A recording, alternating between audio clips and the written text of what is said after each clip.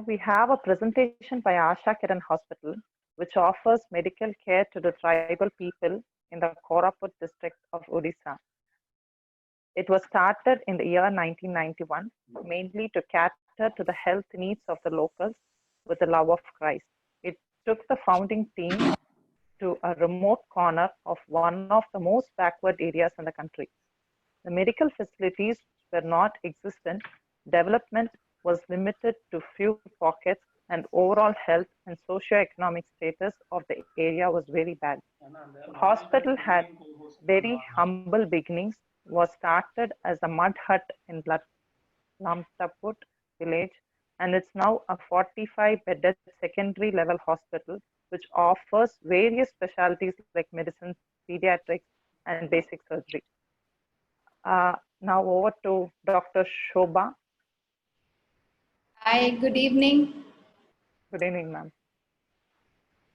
So welcome from Asha Kiran Society in Lamtaput. Now, for those of you who do not know us or do not know where we are located, we're just going to try and put up a map to show you exactly where we are. We are located in the eastern state of Orissa. Hold on, we're having some problems here. Okay, can you see the map? Yes, ma'am. Oh, Can it be made full screen, please? Thank you. is it a full screen? Okay. Right. So we are situated in the hilly tribal dominated region of Koraput district, which is quite close to the northern border of Andhra Pradesh. So to introduce myself, my name is Shobha George. I'm trained as a pediatrician and I've been working here for the last 14 years. With me is the core team of Asha Kiran, who you will be hearing from shortly. Now, this evening, we thought we would take a slightly different tack. Today is not really about selling our hospital. It's not about attracting more doctors here. It's not even just about telling people the need of this place. We will do that.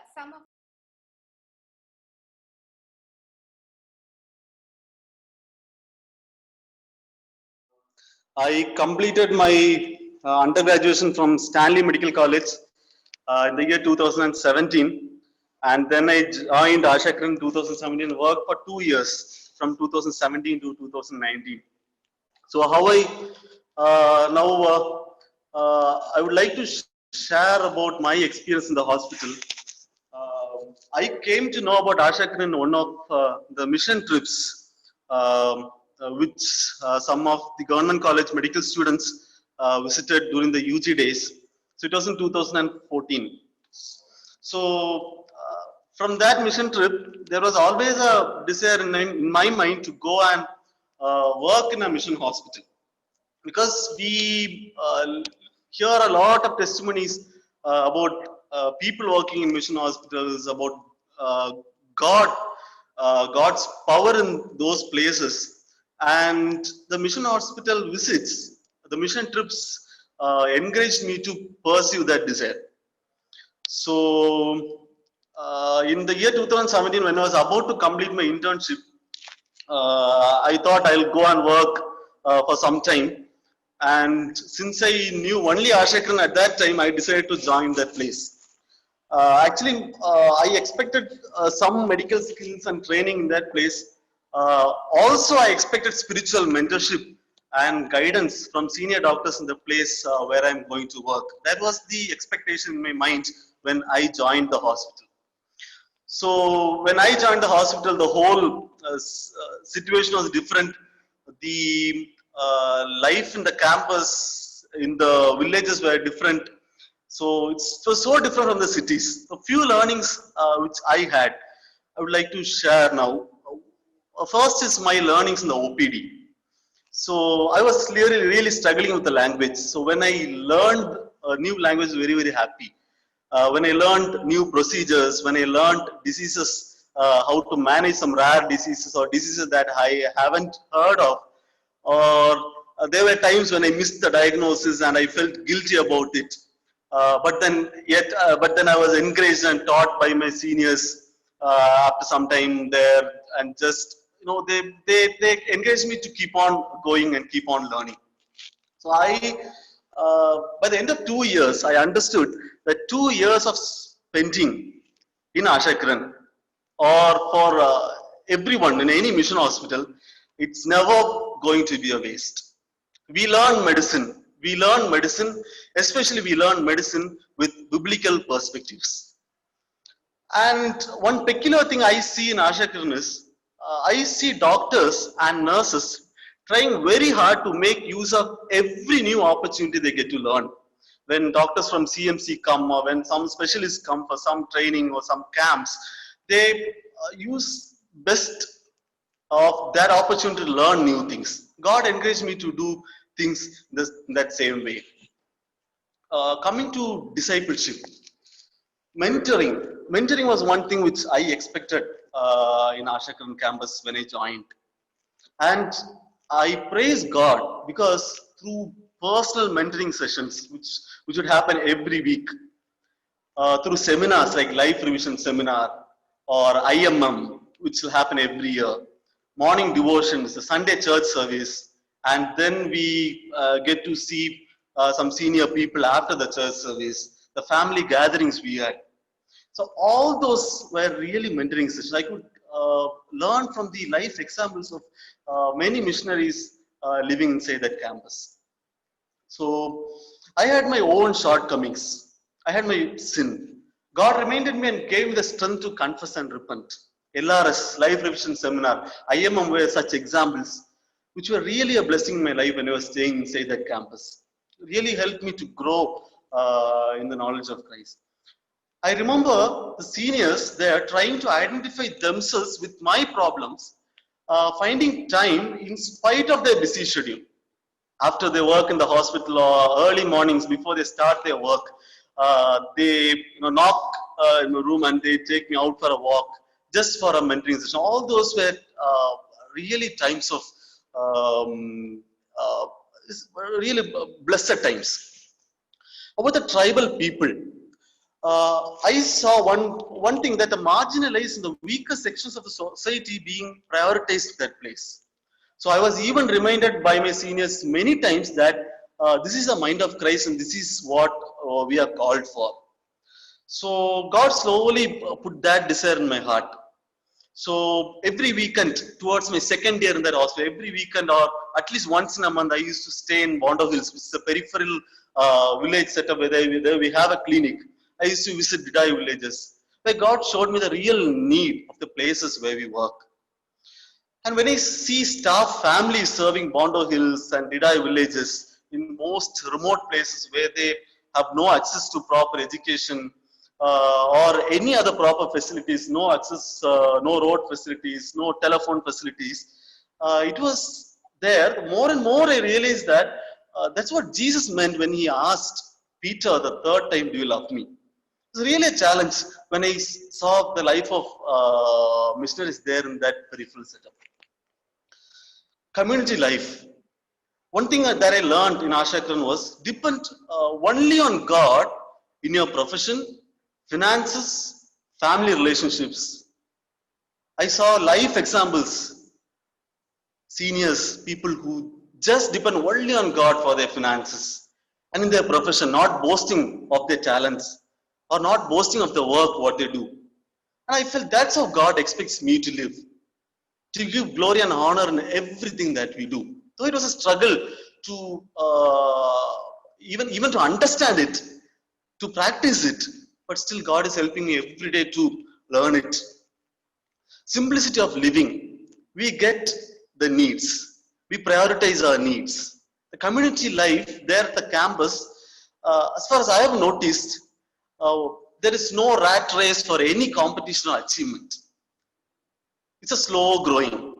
I understood that God expects from me to be contented with what he gives. Not to be greedy or not to be over ambitious, but to be contented in what he gives according to his will. Something that I learned which was very, very peculiar learning. When I was doing my medicine in Stanley Medical College, we see a hierarchy there.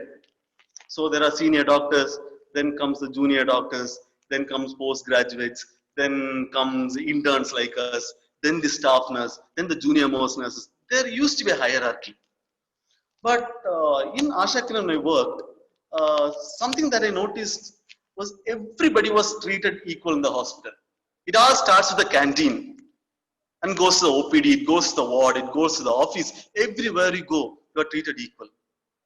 So it was a hard lesson to learn, but it was, they showed me an example, the mission field showed me an example of the servanthood which Christ taught. Such a blessed place. As you heard in the introduction, it was in 1990s when it was started, there were no green trees, there were no buildings. It was just it just looked like a desert. But now when you see, it's a total green campus.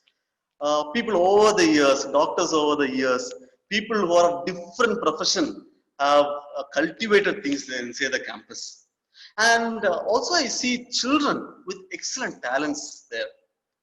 They have less opportunities. They don't have professionals to teach them, especially in music, in sports. So I saw where places where we get less opportunities, God helps us.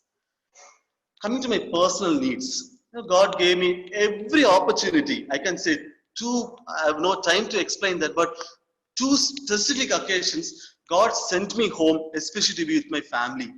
And that was the time when my family needed me to be with them. God met all my needs in spite of maybe a low salary. He taught me how to spend the finances.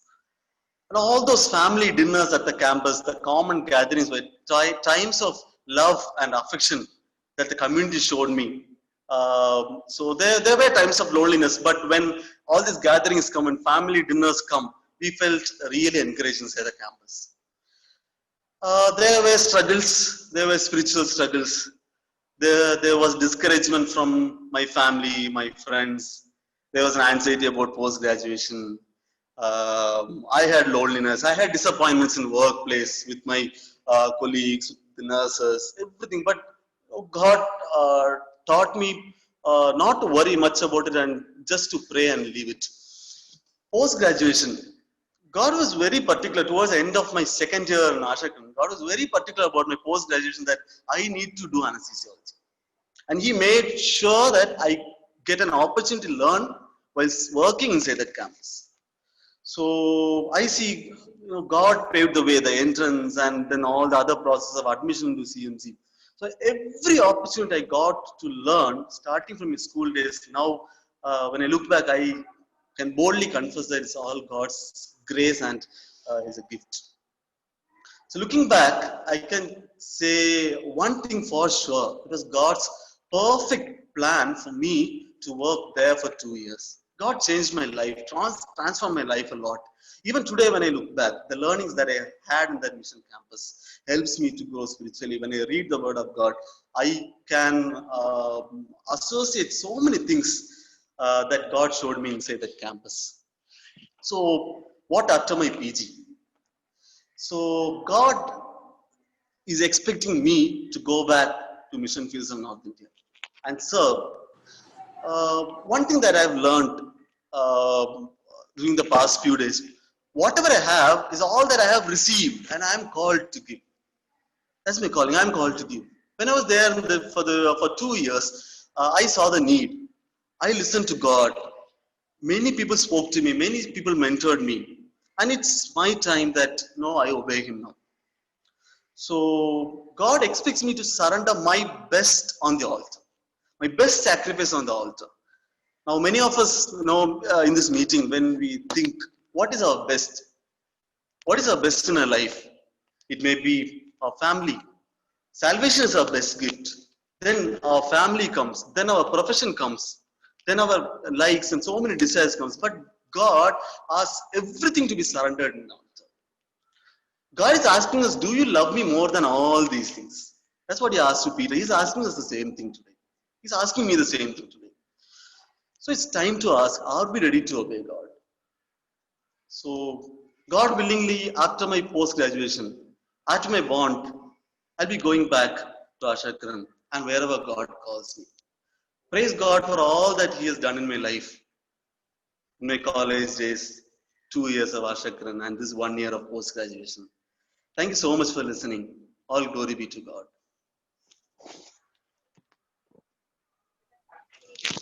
Thank you, Dr. Hansen, for explaining about Asha Kiran Hospital. Now, because of the technical problem, I would ask the resource people to play the video.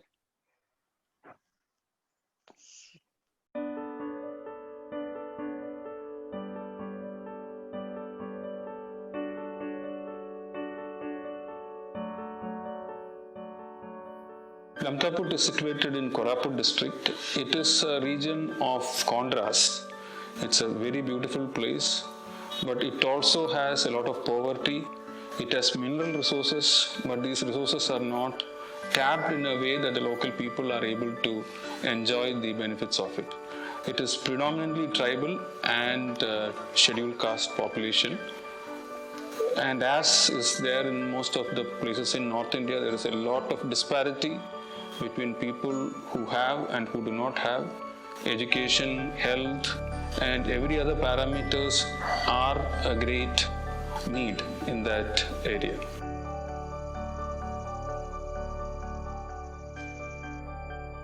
Asha Kiran Society was started in 1991. 3 medical doctors and their families were the ones who came and started. While in their medical student days itself, they had a desire to reach out to a unreached people group with a lot of social needs, medical needs. They did a survey of different places in North India, and they decided to come to Lamtaput considering the need of that place.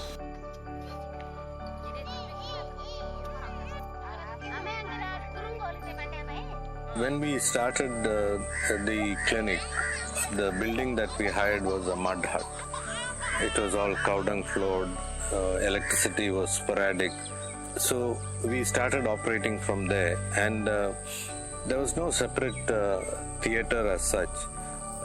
We just used the examination table as the theatre table, but people were so grateful for the services. They did not have access to these kind of surgical and other medical services. They said either you treat or we take them back home. They had no other option. That again confirmed to us that this area was the place where we should be and continue to work.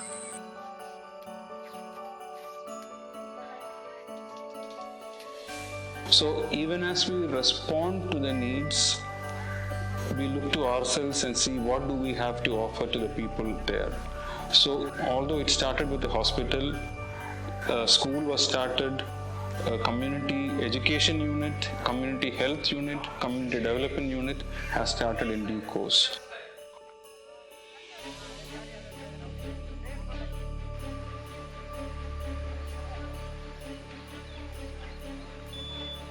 The hospital is a 40-bedded hospital meeting the secondary needs of that area. School is now in its preliminary stages. It is 5 years since it has started, and in the future we see a lot of children coming out of that place who will change the way Lamtaput is right now.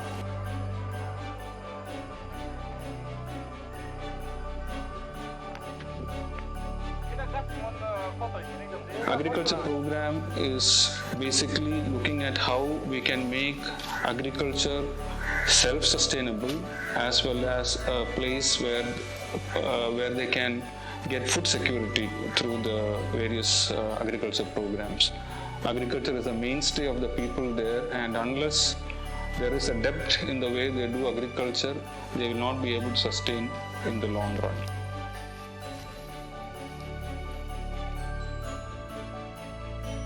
Community health, we have had different interventions over the last many years. When the government was yet to come into that areas, we were providing a lot of basic primary health care. But since the time the government has started to meet those needs, we have moved to other areas of intervention where the government has still not stepped in.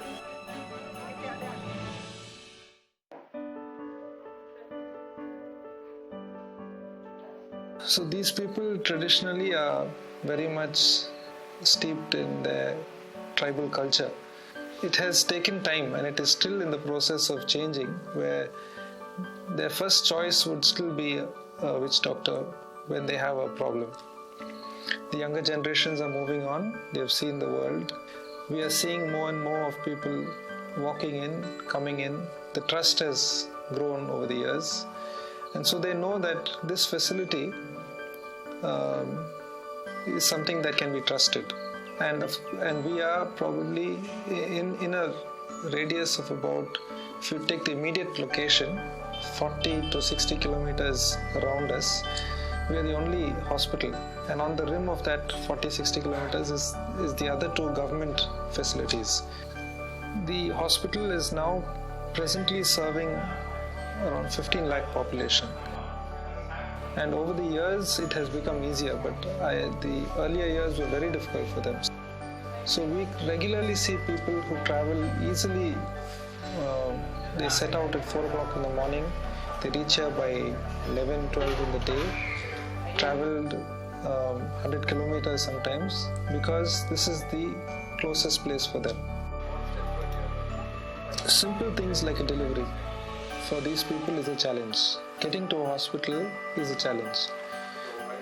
That is, more recently, they take the option of at least going to a hospital. Traditionally, for the centuries, they've been delivering in their villages. One of the main policies of the society is that we will not turn away patients for lack of money. So anybody who comes to us who doesn't have money, we will still treat them, maybe on a concession or free, fully free also. But they will not go back saying that they didn't have money and that's why they were not treated. We also realize that if we do not treat a person here, or we say that we cannot treat them, the next option is too far and out of their reach, which is not possible for most of these people, because as I said earlier, they are mainly tribal and most of them are below poverty line. So what we realized is that if we turn away a patient, it's especially for serious illnesses, it's more like a death sentence. This 15 lakh population has got only 4 blood banks, and sickle cell disease, which is probably a very uniquely located and restricted to the tribal populations across the various patches in India. We are one center, and so they come in very sick. What would be shocking to an urban person, we regularly see hemoglobins of 2 and 3, sometimes 1.5, and we've seen them going down into coma, and as the blood is rushed in, they just wake up, and we know life has been saved. Young children who without a blood bank facility would have lost their lives. We have been providing general surgical, general medicine, pediatrics and obstetric and gynecological care for quite a few years now. Recently we've added on orthopedic facility also. That has been a big step forward, because in the whole district, recently probably 2 or 3 orthopedicians have come in, but that is far short of the need for this area.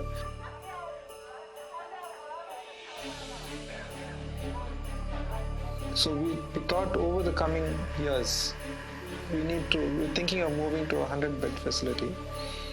This will be a gradual process, because our population also has to, their idea of medical care also has to grow. In the near future, beside the surgical work and the OTs that are there, we want to develop the HDU, a high dependency unit, which progresses on to an intensive care unit, because again, intensive care is a rare facility here, and we see the need to provide them these critical care services. ophthalmology services.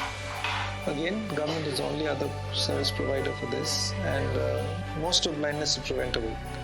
So we're looking forward to professionals who will join us to start up this service.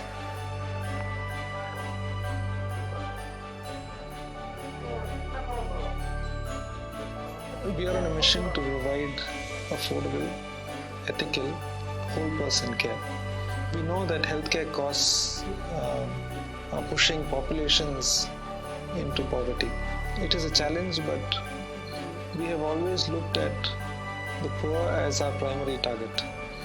When we see a poor family coming, it is an opportunity to serve.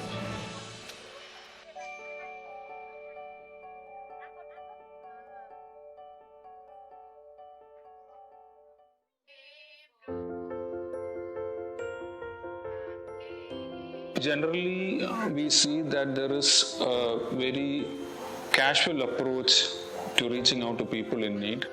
I think in this generation, we do not have enough people who respond to going out and working in a needy area. So people definitely are the greatest challenge. We want more people to come, to stay with us, to experience what we have to offer, and then consider whether this is something that God is calling them to. There are logistic issues of getting things into an area where transportation is constrained. There are issues of need financially, but then over the last many years we have seen how the Lord has provided, and we know that even in the future the Lord will provide our needs in all these areas that I have talked about.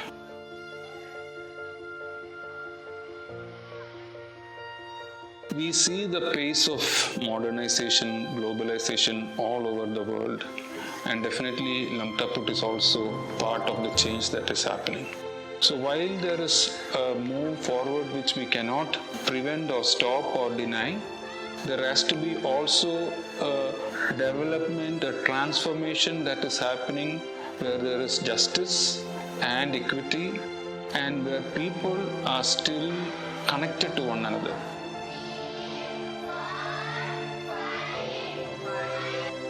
We may be making interventions in health or education or in many other things. This is the underlying message that we try to pass, that we need to care for one another, and this growth that we want to see is more a transformational experience than it is just developmental aspect that we usually see. So through the hospital, we want to deliver better services for the people. Their requirements their demands are changing with this changing environment. We want to meet some of that without compromising on our basic values. Education, we want to get them the best education that place can give them through our school and through our community education programs. We want everyone to get an opportunity to have a quality education. Without a quality education, we also understand that communities cannot be transformed. Through our agriculture program, again, agriculture is a mainstay of that place. We want to see that entire area, it become a movement of farmers who are sustainable by themselves and do not have to look for outside help for their financial security.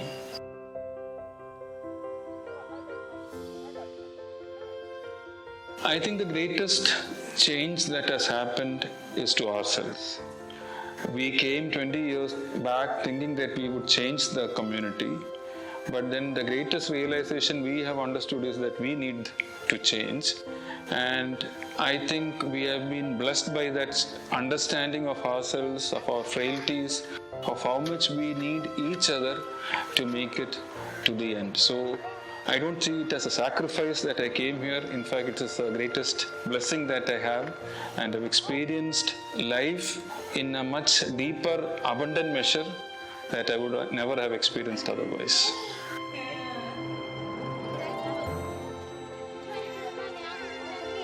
Our vision in Asha Kiran is twofold.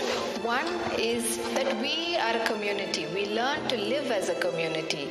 And as a community, we wish to see what God will do to us and through us for the people in this area. So community living is a vital part of Asha Kiran. Our other vision is to see communities around us transformed. Asha Kiran vision is just and compassionate communities choosing and celebrating life. And life is something that is God-given. Life is something that is to be enjoyed, to be cherished. And sometimes when you see people working so hard, not enjoying their life, for such little returns, it breaks our heart. Asha Kiran means a ray of hope. And that is what we want to be in this community that surrounds us. We want to bring hope into their lives through various means, which is why we have so many units working in so many different capacities for this one reason, to bring hope into people's lives.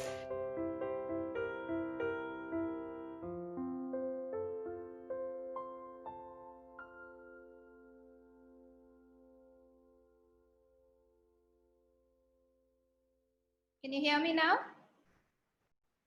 Yes, ma'am. Yes, ma'am. Okay, I'm so sorry about that, but that's one of the small problems that we face living in a place like this. There are certain parts of technology we cannot fully rely on. So I hope you enjoyed the movie that was played and you've got an idea of the place and the people that we work with. And you have also felt drawn, I hope, to some of the needs that you witnessed in that movie. We would like to continue from where we stopped. So I was talking about the thread that was running around the world that is drawing everybody tightly in its noose, which is being spun by the prince of this world and the father of lies. Just like in the Garden of Eden, where Satan asked the woman Eve, did God really say that? Did he indeed say, you are not to eat of any tree in the garden? So now we are noticing there is a similar thread running around medical colleges and Christian fellowships. Did Jesus really say you must pick up your cross every day? Does the Bible really say you must deny yourself? If career was not important, why did he make me a doctor? If family was not important, why did he give me one? You know, yesterday during question and answer time, Dr. Kuruvilla made a very interesting distinction between mission and vocation or calling. We know as Christians that we are a called people. We are called to join God's mission. That is a given. However, our calling is what gives us more specific direction. So tonight we want to share with you our calling, as this is the reason for our being willing to live together and work in such a place as Lamtaput. So now, we'd like to tell you why and how we chose to live and work in Lamtaput. This is our calling. To so abide in Christ and He in us and among us, that we experience and make known His transforming love through our commitment to a way of life marked by simplicity, gentleness, and self-denial, a quality of our common life and interpersonal relationships, love and care for His children and all creation.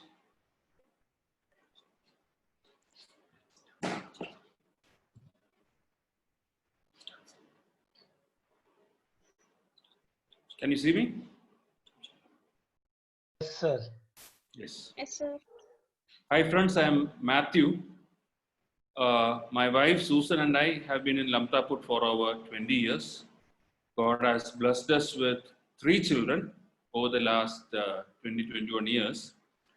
20 years in one place usually makes a person jaded. He is burned out, especially in leadership. You usually carry a lot of load, is what we usually hear. And at the end of it, we feel that, you know, we sometimes are a little skeptical, cynical, and wonder where it is all going. But what I want to share today is about what keeps us not just going, but also growing. And the reason is that we are a part of a community which has a very specific core. And the core is what I'm going to talk about. It is the call to abide in Him.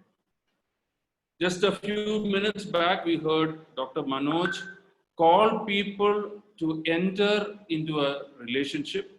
Now, what I want to say today is the abiding part of it starts with entering into this relationship with the Lord Jesus Christ, but it doesn't just stop by just entering into a relationship and the relationship becoming stagnant and at a standstill.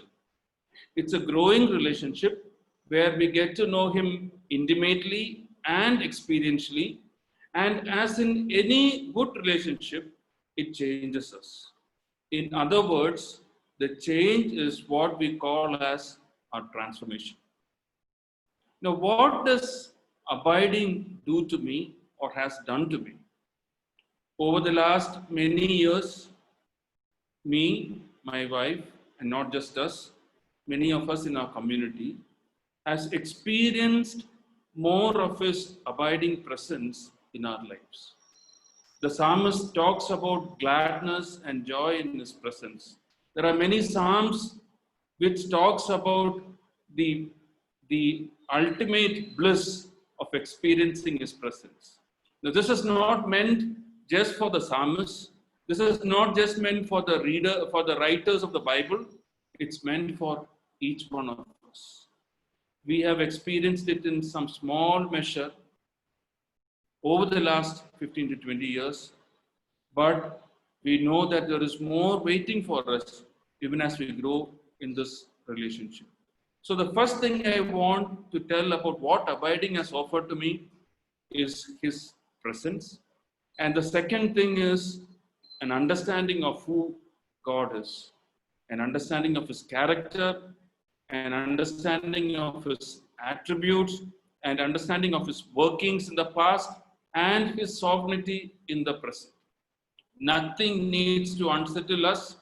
We can face life with full confidence, knowing that He is in control over our situations. Third thing, what does abiding give me? It is an assurance of His providence. Friends, let me assure you, our future is secure in His hands. At maybe a point of where I am, I could wonder, what about my future? What about the future of my children? Where will I settle down? Do I have a house? Do I have enough in my pension fund? Let me tell you from my 20 years experience, all our needs are met, and I have the assuredness that it will be met into the future according to His riches. There cannot be a better place than abiding with Him and He in us. And like everything good that we experience, we tell it to others we meet. Thank you.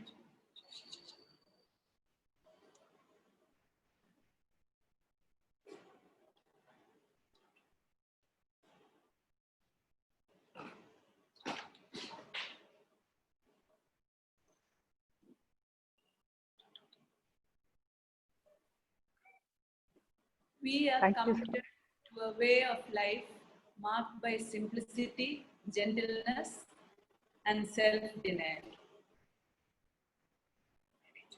I am Dr. Angel. My husband, myself, and our 3 children, we live in Asha Kiran. I grew up in a family where I got a lot of different inputs about missions.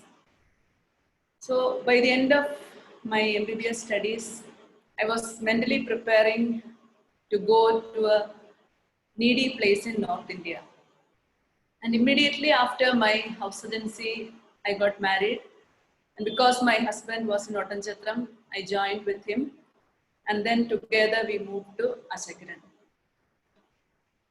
My idea of missions in those times, in those early years, was quite incomplete. It was flawed. There was a lot of emphasis on me, my work, and how I will influence and change the people whom I am working with, how I am going to do big and great things, and so on. But God in His mercy has been teaching me through many years what Christian mission is about. It's not about me or my work or myself, but it is about denying myself. It is all about Him, His work, and projecting God in whatever I do.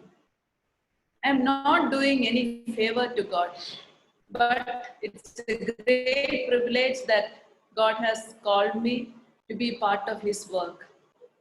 It is God who plans, and it is God who implements the work in His ways and in His time.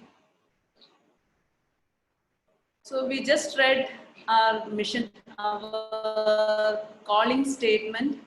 It says like this: we are committed to a way of life marked by simplicity, gentleness, and self-denial. So these are three attributes or characters which we can tell. Many people in the world may say these are negative characters, negative qualities, or traits of a weaker personality. But in God's kingdom, these are very important qualities. These are very good qualities. So what do these mean? Simplicity means keeping our lives focused around one thing, the most important thing. And we know that that is focusing our lives on Jesus. When we do this, the other things around us, the attractions of the world, the other distractions, all will lose its stronghold on us.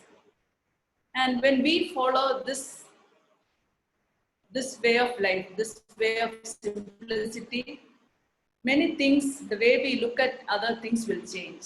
Our positions, our possessions, our relationships, we look at all of these in a new way. What is gentleness? Bible teaches us that gentleness is meekness, and Bible says the meek shall inherit the earth. Jesus says, take my yoke upon you and learn from me, for I am humble and gentle in spirit.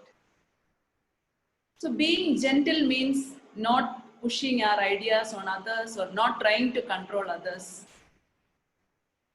It means being considerate to others, especially to people in our community who have lesser skills or abilities, who are weaker than us. The third thing we talked about was about self-denial. We already heard about this, to deny ourselves, to take up our cross and then following Jesus. That is the way of life which Jesus has called us to be.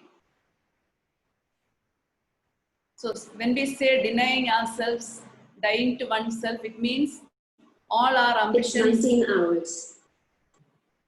all our plans, our motives, we keep under the Lordship of Jesus Christ. And this is a daily choice, not a one-time decision. It also means, for the sake of the unity within the community, for the sake of my brothers and sisters, I am willing to let go of my preferences and my wishes. So in Asha Kiran family, in Asha Kiran community, we want to pursue this way of life on an individual basis and as a community.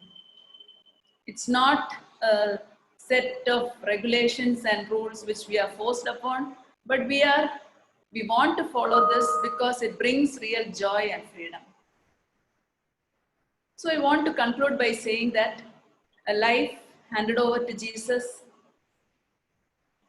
under His Lordship will be a life well spent, and God's name will be glorified and many people will be blessed.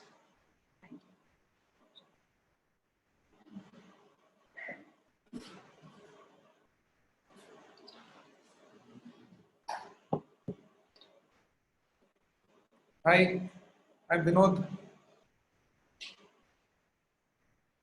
Yeah, I'm Vinod, wife of Angel. Husband of Angel, I'm very sorry. Okay. You can see our calling displayed there. A quality of common life and interpersonal relationships.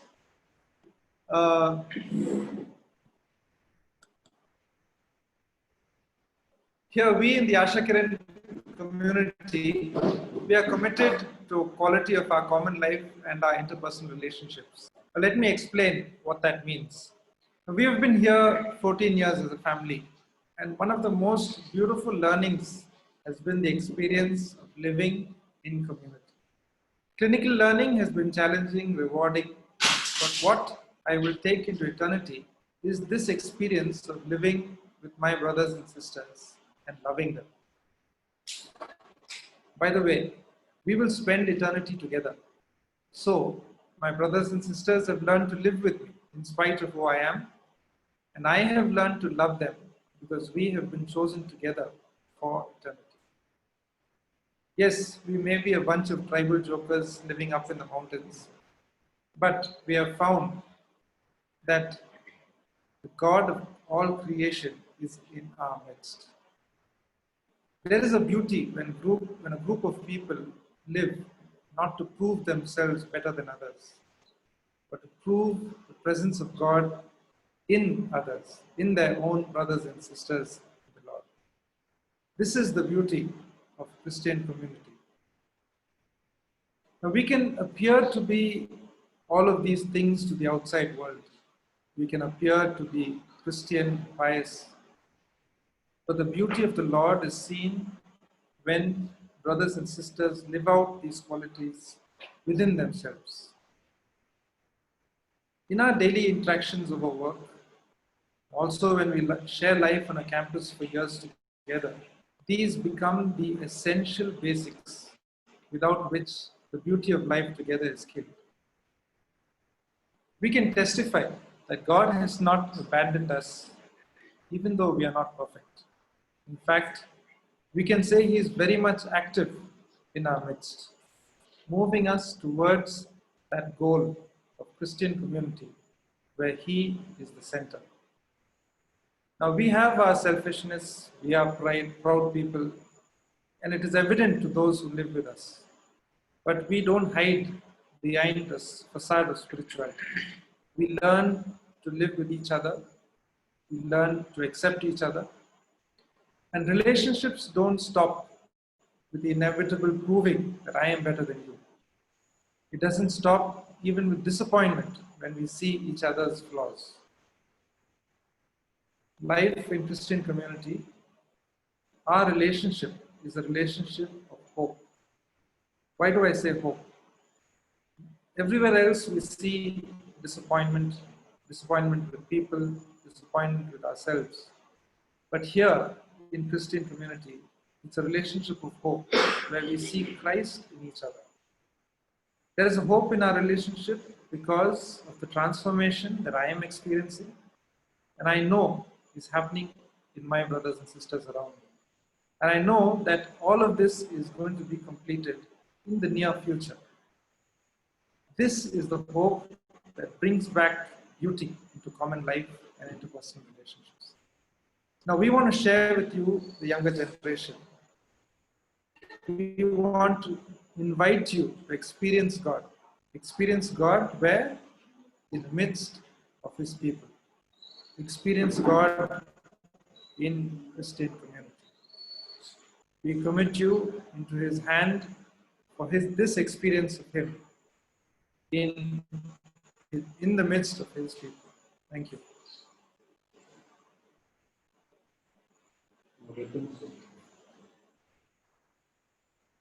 Yeah. Okay. Yeah.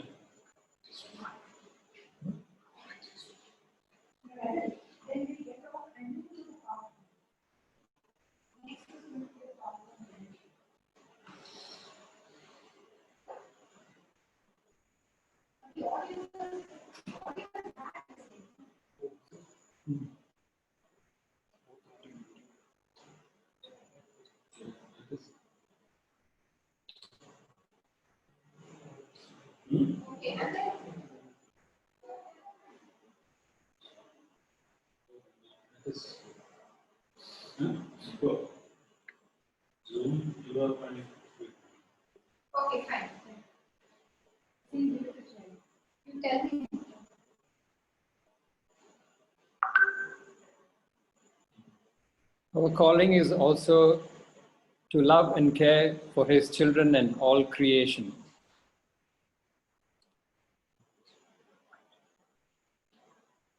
So with regards to this, I'm going to show you a small PowerPoint. But before that, I'd like to introduce myself. I am Ravi George, a family physician here in Asha Kiran. I hope you all can see the PowerPoint. Yes?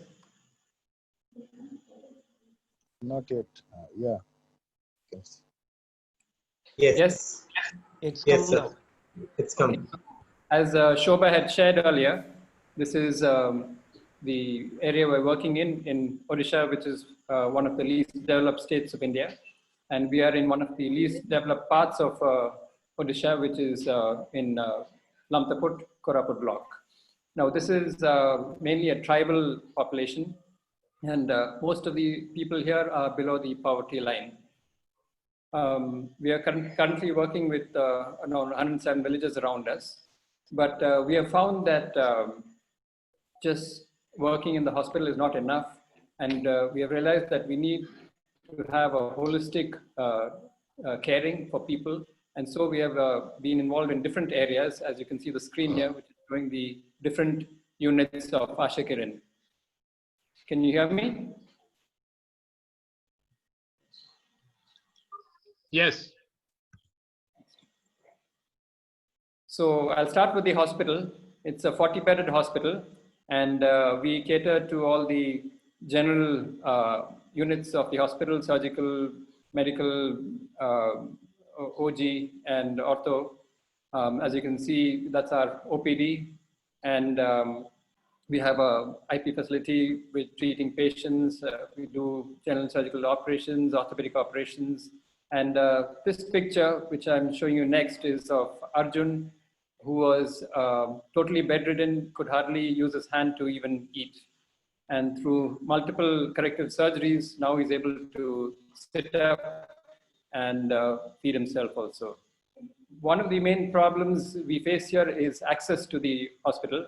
And as you can see, the people need to reach here in such modes of transport. And even now, people are being carried through stretcher bearers like this. Now, realizing that, we said that we also need to go into the community, not just to reach the people for health, but to reach them, to give them a holistic care. We need to be there in the village with them also. So as you can see here, we started a community health program, and nurses and doctors and others have been going to villages for many years now. We also started a palliative care unit, and trying to help the terminally ill patients who are around us. We also work in some of the peripheral centers, and one of them is the Bondo Hills, which is quite far from us. But we've started running a clinic there with other development programs also. Now, as you know, the Bondo tribe is one of the most primitive tribes in Asia. Going to the villages, we realized that there were many things lacking, and we realized that we had to get into education also, because this is the harsh reality of the schools around us. Places with no school, places with dilapidated buildings like this. And so we started our education program with supplementary education program, where we were trying to give students some tuition and helping them even though they could try and go to some schools nearby. We also, for the younger children, we started multilingual education, because even though Odia is the state language, most of the people here speak dialects which are totally different from Odia. And so we developed a curriculum in their own dialects, and are teaching them in the lower classes, and then slowly switch over to Odia. These are some of our graduates who have passed out of these schools and have gone on further studies and come back and working in different areas as pharmacists, nurses, and other lines. The we also started an English medium school with, which is catering to the nearby villages and also to our staff children. We have more than 200 children enrolled there.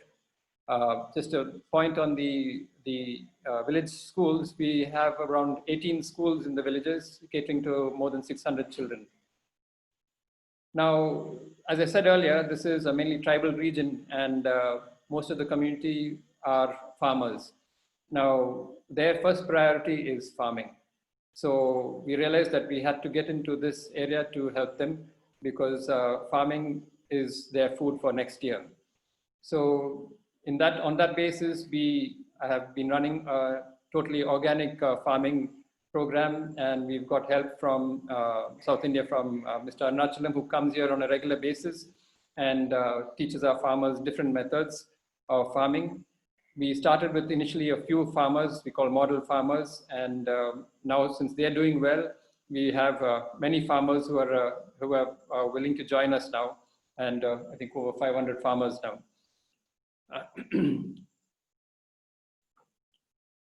And now I'll hand over. I just want. I think we've already seen the movie. It was supposed to come now, but we'll stop at this point.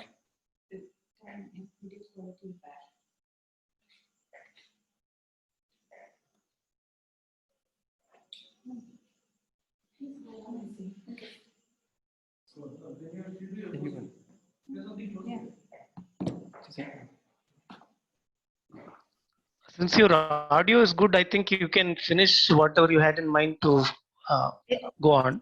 So you can hear us, is it? Yes, Okay. yes, we can hear you. Please. Okay, I just wanted very briefly to tell everybody about how Asha Kiran started. I know that you all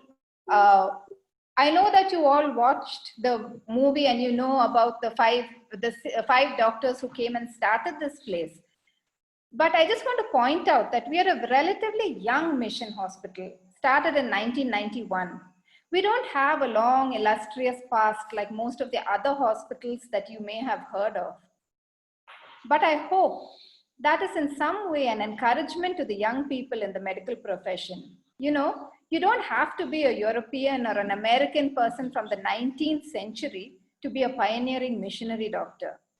So I'll just tell you a small story of how Asha Kiran began, and I really hope and pray that it will inspire some of you to make similar commitments. It started with a missionary couple, Doctors R.A.C. Paul and Iris Paul. They worked in the Malkangiri district of Orissa with a vision to reach a notoriously difficult tribe, the Bondo community. But very early on in the ministry, Dr. R.A.C. Paul fell ill. But they never left their mission field. Now, during a missionary conference in Vellore, a speaker talked about Dr. R.A.C. Paul, and he issued a challenge to the medical students there. He said, if a dying man is willing to keep on serving the Lord in a dry land where there is no fruit, no obvious benefit, what about you young people who have good health and strength? This statement and the lives of the Pauls was the seed that started the idea of Asha Kiran. This challenge was taken up by two medical doctors studying in Vellore who resolved to form a team and go to an unreached, needy part of India. One more medical couple from Kerala joined, and now it's part of the history of Asha Kiran. 5 young doctors and 1 teacher uprooting themselves and their young families from a comfortable middle-class existence without any firm support, but with the firm assurance that God was with them. They made their way to a part of Orissa that was remote, far away from any city, a part that was desperately needy. And the rest, as they say, is history. So from our experience, from our heart, we want to encourage all of you to go out into the various parts of India that are suffering, that are dark. Go, be light and salt and love. Let us all bring healing and transformation to this country with the love that only Christ can bring. But for this to happen, one generation must be ready to lift up your cross and follow him. Because attending Christian conferences is all very well. Definitely very important, but make no mistake, the only thing that can repair the breach and restore the streets of India is the cross. Now, each one of us either can choose to climb on the cross to follow Jesus, or we can choose to turn aside.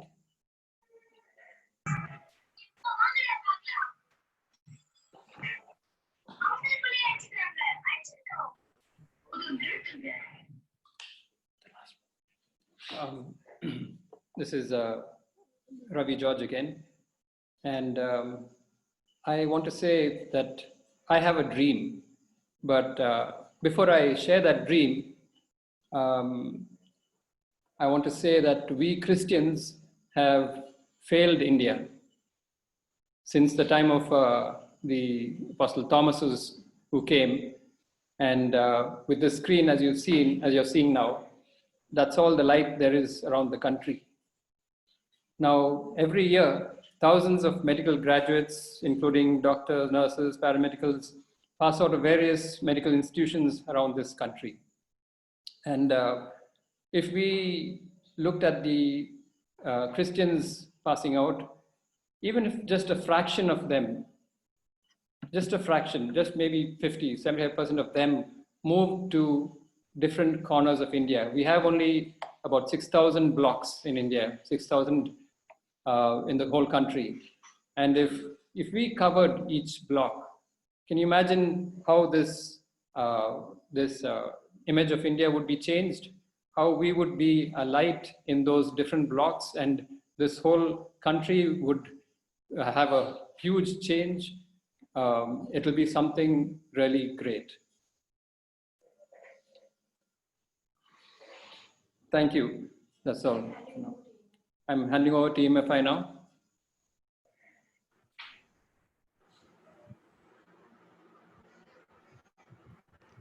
Thank you, Asha Kiran team, for that very meaningful presentation. It really spoke, I'm sure it really spoke to each one of us. We talk about a time when we live in a 5G generation.